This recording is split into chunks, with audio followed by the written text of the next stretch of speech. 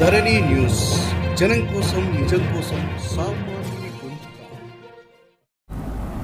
Hi hello నమస్తే, welcome to Dharani news channel. ఈరోజు updates చూద్దాం. 2017 నుంచి 5 సంవత్సరాలు కానున్నటువంటి ఈ నేపథ్యంలో ముందే నిర్దేశించుకున్న దాని ప్రకారంగా పన్ను హేతుబద్ధీకరణ శాస్త్రీయంగా 2021 సెప్టెంబర్ నుంచి ఒక ఉపసంఘం పరిశీలన ద్వారా సాగుతున్నటువంటి నేపథ్యం. 2017లో జిఎస్టీ ఆవిష్కరణ సమయంలో నేను ఎదుటి పక్షంలో ఉన్నవాణ్ణి. సెంట్రల్ హాల్లో సంయుక్త సభల సమక్షంలో ఆవిష్కరణ జరుగుతున్న జిఎస్టీ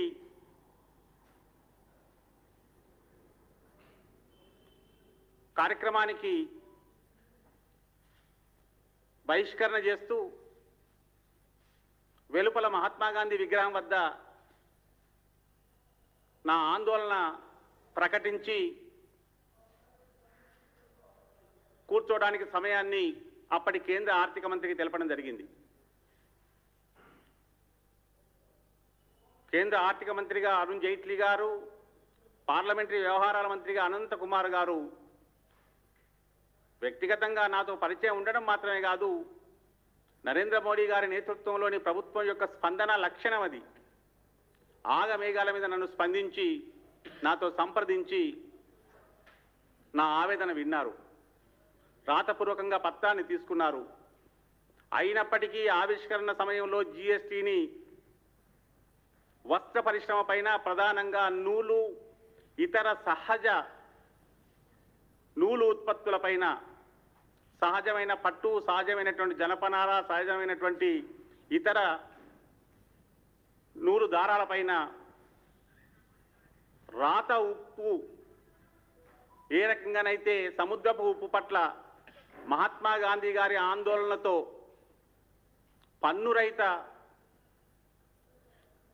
తోడ్పాటు, ప్రోత్సాహం ఉందో అదే రీతిలో ఈ సహజ నూలు దారాలని, సహజ దారాలని మినహాయించాలి అనేటువంటి ఆందోళనతో అడుగు వేయడం జరిగింది. ఆ సమయానికే జిఎస్టీ కౌన్సిల్ 18% నిర్ధారణ చేసినటువంటి పన్ను రేటును వెంటనే తొలి సమావేశంలోనే, గణాంకాలున్నాయి, ఆధారాలున్నాయి, తొలి సమావేశంలోనే 5% నా అభ్యర్థనను మన్నించి తగ్గించడం జరిగింది. ఇప్పుడు తాజాగా పన్ను రేటు హేతుబద్ధీకరణ ఉపసంఘం ప్రతిపాదనలు పరిగణలోకి తీసుకుంటూ మానవ ఆధారిత పెట్రో సంబంధిత దారం పైన 18% పన్ను రేటు 12కి తగ్గించడం, అదే సమయంలో పత్తి నూలు దారం, ఇతర సహజ దారాలపైన పన్ను రేటు పెంపు చేయడం ద్వారా సమానమైనటువంటి ధరలతో హేతుబద్ధీకరణ చేయాలనేటువంటి ఆలోచన, ప్రతిపాదన, సూచనలు రావడం, నవంబర్లో నిర్ణయాలు జరగడం, దేశవ్యాప్తంగా గుసగుసలు మొదలు కావడం మొదలైంది. డిసెంబర్ మొదటి వారం నుంచే ఇది పెను ప్రమాదంగా మారనున్నది. ఇది ఆచరణలోకి వస్తే నా నేత, చేనేత, మరనేత కార్మిక లోకానికి, వస్త్ర ఉత్పత్తిదారులకు మరణ శాసనంగా మారనున్నది అని నా మాధ్యమాల ద్వారా, నాకున్నటువంటి పరిచయాల ద్వారా కేంద్ర ప్రభుత్వంలో, జౌళి మంత్రిత్వ శాఖలో, ఆర్థిక మంత్రిత్వ శాఖలో చర్చ కొనసాగించడం జరిగింది. అదే నేపథ్యంలో డిసెంబర్ 23వ తేదీన కూలంకషంగా అంతకుముందే వివిధ ఉన్నతాధికార వర్గాలతో సంప్రదింపుల అనంతరం భారత ప్రధాని నరేంద్ర మోడీ గారికి నా తరఫున స్పష్టమైన విజ్ఞాపన సమర్పించడం జరిగింది. అది మీ సమక్షంలో ఉన్నది, దయచేసి దానిని గమనించండి. ఇప్పటికి కూడా నేను ఆ ప్రతిపాదనకే అంకితమై ఉన్నాను. కాటన్, రా సిల్క్, జూట్, ఇతర న్యాచురల్ ఎథ్నిక్ ఫైబర్స్ వాటన్నింటిపైన కూడా 0 GST, సాధారణ సేవా పన్ను 0% ఉండాలి వాటిపైన అనేటువంటి స్పష్టమైన డిమాండ్తో వారిపైన ప్రధానమంత్రి కార్యాలయం ద్వారా ఒత్తిడి ఆరంభించడం జరిగింది. డిసెంబర్ 31వ తేదీన జరిగిన నిర్ణయం యథావిధిగా 5% పరిమితం చేస్తూ తదనంతర హేతుబద్ధీకరణ ప్రతిపాదనలోని లోతుపాతులన్నింటినీ విశ్లేషించి నిర్ధారించేందుకు తదుపరి సమావేశంలోపు హేతుబద్ధీకరణ ఉపసంఘం పరిశీలన చేయాలనేటువంటి నిర్ణయం జరిగింది. ఈ నేపథ్యంలో స్పందనాత్మక పాలన అనడానికి అనవసరమైన ప్రశంస అనుకోవాల్సినటువంటి అవసరం ఏమాత్రం లేదు అని మీకు మనవి చేస్తా ఉన్నాను. ఎందుకంటే మొదటి నుంచి కూడా కరోనా సమయమే కానివ్వండి, అంతకుముందు పరిపాలనా క్రమంలో కానివ్వండి, దేశవ్యాప్తంగా ఉన్నటువంటి వస్త్ర ఉత్పాదన, చేనేత, మరనేత కార్మికుల జీవన ప్రమాణాలని భద్రంగా కాపాడడం, వారి జీవన ప్రమాణాలని ఉద్ధరించడం లక్ష్యంగా భారత ప్రభుత్వం కొనసాగుతున్నది. కేవలం పథకాలని ప్రకటించి ఆచరణలోకి తీసుకొచ్చేటువంటి పరిస్థితే ఉంటే విషమంగా ఉండేది. కానీ నరేంద్ర మోడీ గారి నేతృత్వంలోని పరిపాలనా క్రమం ఆచరణకు ఎంతటి ప్రాధాన్యం ఇస్తుందో గమనించాలి. అంటే ఈ మధ్యకాలంలో 2015 సంవత్సరంలో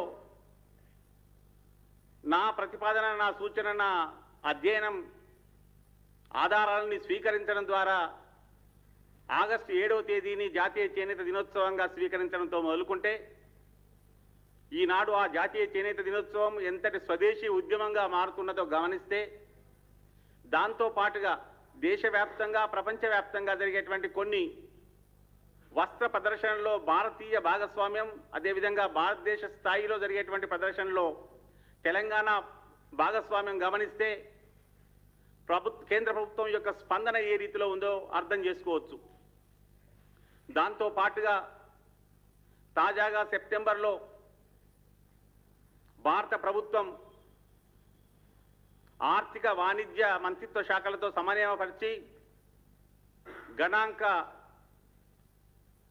శాస్త్ర సాంకేతిక మంత్రిత్వ శాఖతో సమన్వయపరిచి చేనేత ఉత్పత్తులు, చేతి వృత్తుల కళాఖండాలని ప్రత్యేకంగా చిన్న తరహా ఉత్పత్తిదారు కూడా నేరుగా అలవోకగా తమ ఉత్పత్తులను ప్రపంచవ్యాప్తంగా, దేశవ్యాప్తంగా ప్రచారంలోకి తెచ్చుకోవడం, అమ్ముకోగలగడం, ఆ రీతిలో నిర్వహించడానికి ఆస్కారం ఉన్నటువంటి ప్రత్యేకమైన ఈ-కామర్స్ పోర్టల్ని అందుబాటులోకి తీసుకురావడం, వేలాదిగా ఉత్పత్తిదారులు నమోదు అవుతూ ఉండడం ఈనాడు అందరి సమక్షంలో ఉన్నటువంటి వాస్తవం.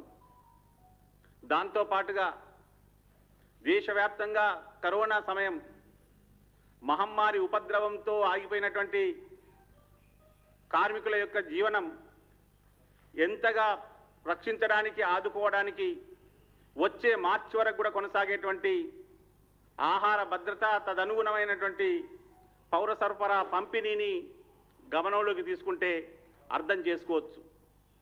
దాంతో పాటుగా ప్రధానంగా నేత, చేనేత, మరనేత పరిశ్రమలో లీనమై ఉన్నటువంటి కార్మికులకి ఊపిరితిత్తుల పరమైనటువంటి, కాలేయపరమైనటువంటి వృత్తిరీత్యా వచ్చేటువంటి వ్యాధుల సమస్యని తట్టుకోవాలంటే ఆయుష్మాన్ భారత్ యొక్క సహకారం అవసరం అనేటువంటి ఆందోళన కొనసాగిన సమయంలో చివరికి తెలంగాణ ప్రభుత్వం కూడా దిగి వచ్చి మిగతా ప్రజానీకం యొక్క ఆకాంక్షలు, చేనేత ఇతర వృత్తి పనివారుల యొక్క ఆకాంక్షలను పరిగణలోకి తీసుకోవడం ద్వారా ఆయుష్మాన్ భారత్తో ఆరోగ్యశ్రీని అనుసంధానం చేయాల్సినటువంటి అగత్యాన్ని, అవసరాన్ని స్వీకరించి అడుగు వేయాల్సినటువంటి పరిస్థితి వచ్చినటువంటి వాస్తవం గమనించాలి. ఈ నేపథ్యంలో ఆందోళన వ్యక్తం కావడం డిసెంబర్లో చాలా చోట్ల, కేవలం నా ఒక్క లేఖ మాత్రమే కాదు, తమిళనాడులో కానివ్వండి, కేరళలో కానివ్వండి, గుజరాత్లో కానివ్వండి, మహారాష్ట్రలో కానివ్వండి, చివరికి ఆ ఉపసంఘం అధ్యక్షులుగా ఉన్నటువంటి కర్ణాటక ముఖ్యమంత్రి యొక్క సొంత రాష్ట్రం కర్ణాటకలో కానివ్వండి, ఆంధ్రలో కానివ్వండి, ఎంత ఆవేదన, ఆందోళన వ్యక్తమైందో ఆ రీతిలో మొత్తం దేశవ్యాప్తంగా వస్త్ర పరిశ్రమలో, నేత పరిశ్రమలో ఇమిడి ఉన్నటువంటి కార్మిక లోకమే ఆవేదన, ఆక్రందన వ్యక్తం చేసేటువంటి పరిస్థితి ఉన్నది అనే వాస్తవాన్ని వారు గమనించడం, నాలాంటి పార్టీ కార్యకర్త కూడా నేరుగా మీరు దీన్ని అమల్లోకి తీసుకొస్తే ఆత్మహత్యలే శరణ్యమని నేను సూటిగా రాయడం జరిగింది. ఆ వాస్తవాలను స్వీకరించడం ద్వారా తమ స్పందనాత్మక పాలనా ప్రవృత్తిని వ్యక్తీకరిస్తూ నిన్న తీసుకున్నటువంటి నిర్ణయం, తదనుగుణంగా అదే సద్బుద్ధితో, సహకార స్ఫూర్తితో పనిచేసేటువంటి, రాష్ట్ర ప్రభుత్వాల కీలక భాగస్వామ్యంతో పనిచేసేటువంటి జీఎస్టీ కౌన్సిల్లోని ఉపసంఘం హేతుబద్ధీకరణ విషయంలో ఈ సహజ ఉత్పత్తులైనటువంటి సహజ నూలు, పత్తి నూలే కానివ్వండి, పట్టు నూలే కానివ్వండి, జనపనారు నూలే కానివ్వండి, ఇతర అనేక రకాల నూలు దారాలు వస్తున్నటువంటి ఈ నేపథ్యంలో వాటన్నింటిపైన కూడా 0 జీఎస్టీ నిర్ణయం తీసుకునే దిశలో జీఎస్టీ కౌన్సిల్ కూడా భారత ప్రధానికి విన్నపం చేసేటువంటి రీతిలో నిర్ణయాలు చేయాలని ఈ సందర్భంగా విజ్ఞప్తి చేస్తా ఉన్నాను. ఇక ఒక వింత పరిస్థితి తెలంగాణలో నెలకొని ఉంది. సంతోషం, సహకార సమాఖ్య స్ఫూర్తితో జరిగేటువంటి పాలనా క్రమంలో అందరి భాగస్వామ్యం ఉంటుంది, అందరికీ కూడా ఆ గౌరవం లభించాలి. కానీ నిన్నటి నిర్ణయానికి తామే ఏదో మూలదాతలం అనేటువంటి భ్రాంతి కలిగించేటువంటి ప్రయత్నం తెలంగాణ ప్రభుత్వం చేస్తున్నట్టు చూసి చాలా మంది నవ్వుకుంటా ఉన్నారు. కరోనా సమయాన్ని ఒక్కసారి గుర్తు చేయనివ్వండి. 2020 మార్చి ఆఖరు నుంచి అల్లకల్లోలం ఏర్పడితే చేనేత మంత్రి చివరికి తన నియోజకవర్గానికి కూడా పర్యటన చేయని సమయంలో జూన్లోనే నేను తెలంగాణ వ్యాప్తంగా పర్యటనలు ఆరంభించి 3 పర్యాయాలు ఆందోళనకు, ఆక్రందనకు గురైనటువంటి నేత పారిశ్రామికుల సమక్షంలోకి వెళ్ళడం జరిగింది. ఆ సమయంలో నేనేం నిందలు చేయలేదు, వారిని విమర్శించలేదు, ఏమీ చెప్పలేదు. సూటిగా ఒక విన్నపం చేశాను తెలంగాణ ప్రభుత్వానికి, తెలంగాణ ముఖ్యమంత్రికి, తెలంగాణ చేనేత మార్చులకి. మీ ఆధ్వర్యంలో గుర్తింపు కార్డు నమోదైనటువంటి కార్మికులకు మాత్రమే ఈ దప్పి తీర్చుకునేటువంటి థ్రిఫ్ట్ ఫండ్ కార్యక్రమం ఉన్నది. ఆ కార్యక్రమం అమలవుతున్నది. అందులో 36 నెలల కాలం కోసం నిర్దేశించినటువంటి థ్రిఫ్ట్ ఫండ్ అది. దాని విషయంలో మీరు సౌజన్యం చూపించండి అని నేను విన్నపం చేశాను. అదేం పెద్ద బరువైనటువంటి విన్నపం కూడా కాదు. రెక్కాడితే కానీ డొక్కాడనేటువంటి పరిస్థితిలో, దినభత్యానికి సరిపోయినటువంటి స్థితిలో ఉన్నటువంటి ఆదాయంతో అల్లకల్లోలంగా ఉన్నటువంటి చేనేత కార్మికులు ఆ థ్రిఫ్ట్ ఫండ్ పథకంలోకి తమ వంతు అతి కొద్ది రూపాయల వాటా కూడా జమ చేయలేని పరిస్థితి ఉండింది. కాబట్టి కొద్ది మంది మాత్రమే అందులో తమ వంతు వాటా జోడించడం జరిగింది. ఈ 36 నెలల వ్యవధి కోసం నిర్దేశించినటువంటి ఆ పాత థ్రిఫ్ట్ ఫండ్ పథకాన్ని ఈ సంక్షోభ సమయంలో మీరు దయచేసి సౌజన్యం చూపించండి, ఉదారంగా వ్యవహరించండి. ఆ 36 నెలలకు గాను కార్మికుడు తమ వంతు వాటా చెల్లించినా చెల్లించకపోయినా మిగులు రాష్ట్రం మన తెలంగాణ రాష్ట్రం. ఎంతో సంపద కలిగినటువంటి రాష్ట్రం. వేలాది కోట్ల రూపాయలు విచ్చలవిడిగా ఖర్చు చేయడానికి మీకు అవకాశం ఇస్తున్నటువంటి రాష్ట్రం. కాబట్టి అతి కొద్ది వ్యయం అయ్యేటువంటి కేవలం 10 కోట్ల రూపాయల భారం కూడా పడినటువంటి ఆ కార్యక్రమంలో ప్రభుత్వ వాటాని దయచేసి జోడించి అర్హులైనటువంటి ప్రతి ఒక్క కార్డు కలిగినటువంటి చేనేత కార్మికులకి ఆ 36 నెలల ప్రభుత్వ సొమ్ముని మీ సౌజన్యంగా అందించండి అని విన్నపం చేయడం జరిగింది. కనీసం చెవున పెట్టలే. ఎవరైతే 10 నెలల్లో, 11 నెలల్లో, 16 నెలల్లో, 20 నెలల్లో, 26 నెలల్లో వారి వారి వాటాలు జోడించినటువంటి వారికి అంత మాత్రమే 10 నెలల వాటా కార్మికుల నుంచి ఉంటే 10 నెలల వాటా ప్రభుత్వం నుంచి అంత మాత్రమే. అంత సంకుచితంగా వ్యవహరించినటువంటి తెలంగాణ ప్రభుత్వం ఈనాడు తగుదునమ్మా అని పండుగ చేసుకుంటున్నదంటే మీరు చేయని పండుగ చేసుకునేటువంటి గొప్పలు చెప్పుకునేటువంటి మీదే అని చెప్పుకునేటువంటి లక్షణం వలన ప్రజలకు అర్థం కావడం లేదని మాత్రం మీరు భ్రాంతిలో ఉండొద్దు అని నేను వారికి సూచన చేస్తా ఉన్నాను. అంత మాత్రమే కాకుండా థ్రిఫ్ట్ ఫండ్ పథకం తాజాగా అమలు కావడం విషయంలో కూడా ఎన్ని నెలల తాత్సారం జరిగింది. పాత పథకం 36 నెలల కోసం నిర్దేశించినటువంటి పథకాన్ని ముగుస్తున్న దశలోనే నా వైపు నుంచి కూడా విన్నపం వెళ్ళింది. వెంటనే నూతన పథకాన్ని మీరు ప్రకటించండి. ప్రకటిస్తూ పాత పథకంలో 36 నెలల సౌజన్యాన్ని తెలంగాణ ప్రభుత్వంగా మీరు ప్రకటించండి. దాని ద్వారా వేనీళ్లకు చన్నీళ్లలాగా ఏదో కొంత తోడవుతుంది. అది పెద్ద భారీ సొమ్ముగా కూడా వారికి మారదు. కానీ ఆ చిన్న సౌజన్యం వలన వారికి విశ్వాసం ఏర్పడుతుంది. ఫలితంగా మీరు కొత్తగా ప్రకటించేటువంటి థ్రిఫ్ట్ ఫండ్లో వారి భాగస్వామ్యం పొందడానికి వారు ప్రయత్నం చేసేటువంటి ఆస్కారం ఉంటుంది అని చెబితే ఎన్ని నెలలు తాత్సారం చేసి ఎంత ఆలస్యం చేసి ఆఖరికి మొదట మరణేత కార్మికుల కోసం అది తన నియోజకవర్గం చేనేత మంత్రి యొక్క నియోజకవర్గం ఉంది కాబట్టి అక్కడ అడుగుతున్నారు కాబట్టి ముందు వారికి ప్రకటించి దాని తర్వాత నెలల తరబడి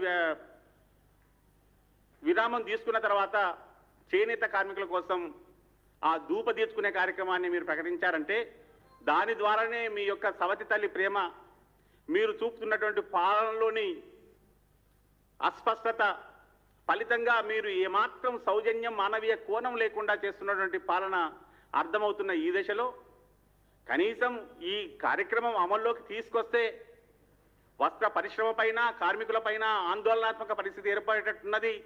మా పార్టీ వారు కూడా ఈ రకమైనటువంటి ఆందోళన కలిగించేటువంటి మాటలు చెప్తా ఉన్నారు. ఆత్మహత్యలు సాగుతాయనేటువంటి మాట సూటిగా రాస్తా ఉన్నారు, నా లేఖలో ఉంది.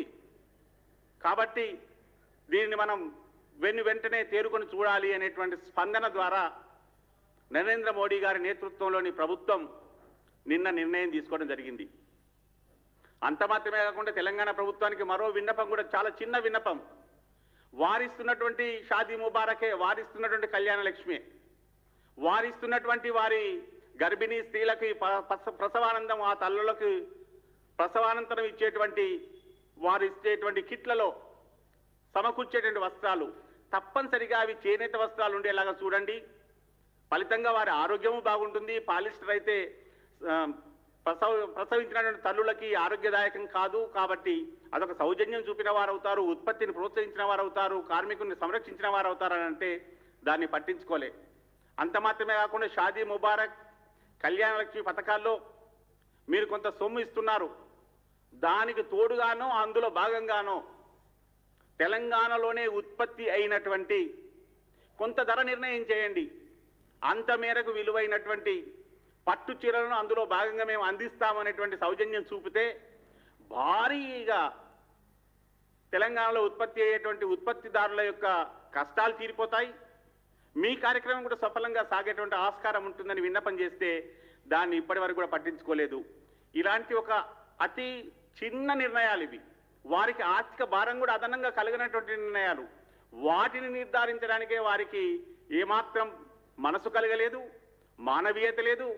అంతేకాకుండా కొద్దిపాటి భారాన్ని కూడా మోసేటువంటి ఆర్థిక సౌజన్యం కూడా చూపనటువంటి తెలంగాణ ప్రభుత్వం ఈనాడు మేము సాధించి పెట్టామనేటువంటి భ్రాంతిలోకి పోతే అది ఎవరు ఒప్పరు, ఎవరు మెచ్చరు అనేటువంటి విషయాన్ని స్వీకరించమని, దాంతో పాటుగా నరేంద్ర మోడీ గారి నేతృత్వంలోని ప్రభుత్వం చాలా విస్తారమైనటువంటి వస్త్ర పరిశ్రమ విస్తరణ కార్యక్రమాలను చేపడుతున్నది.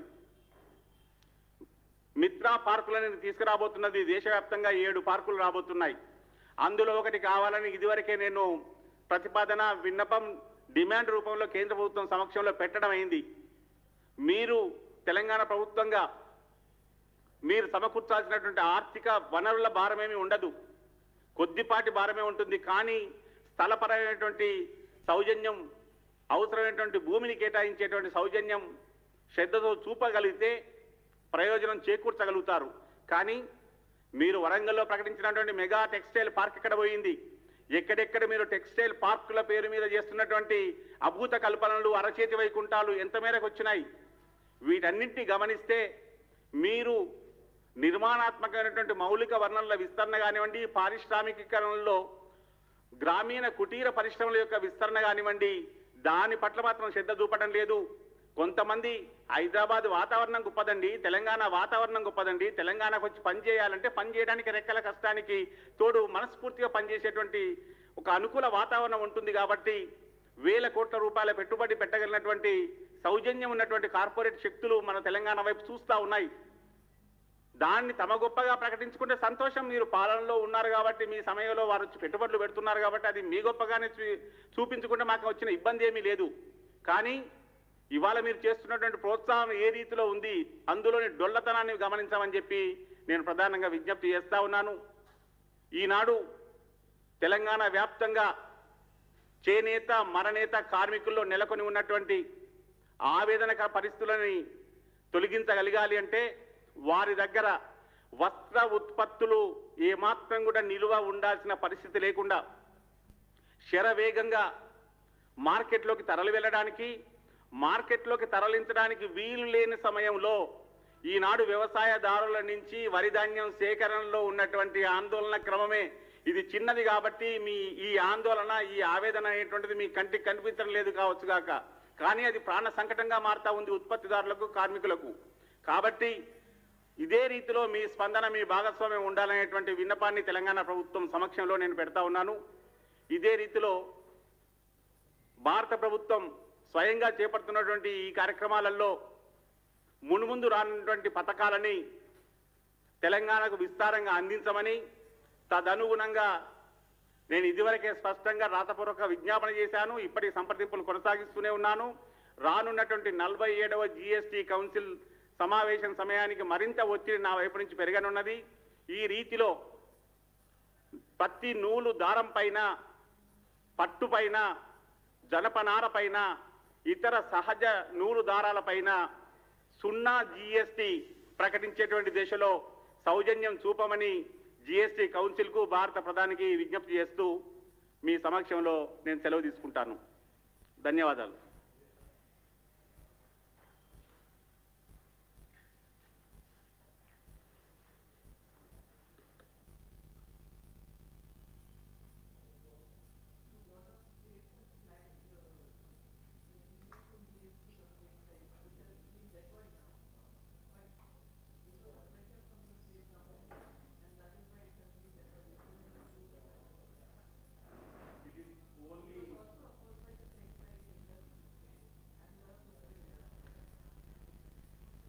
It is their false claim. Then just now I have established the truth, what exactly happened. How many states are responded, what type of pressure me like fellows could put in, and what was the pressure from the producers and the artisans, weavers, handloom weavers.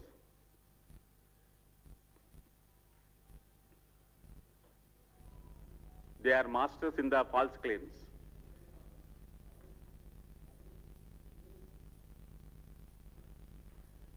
Hope I am.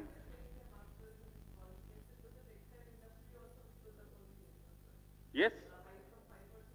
Yes, we tooth and nail, being the member of the party, I have immediately opposed, put forth, that has been sent to you.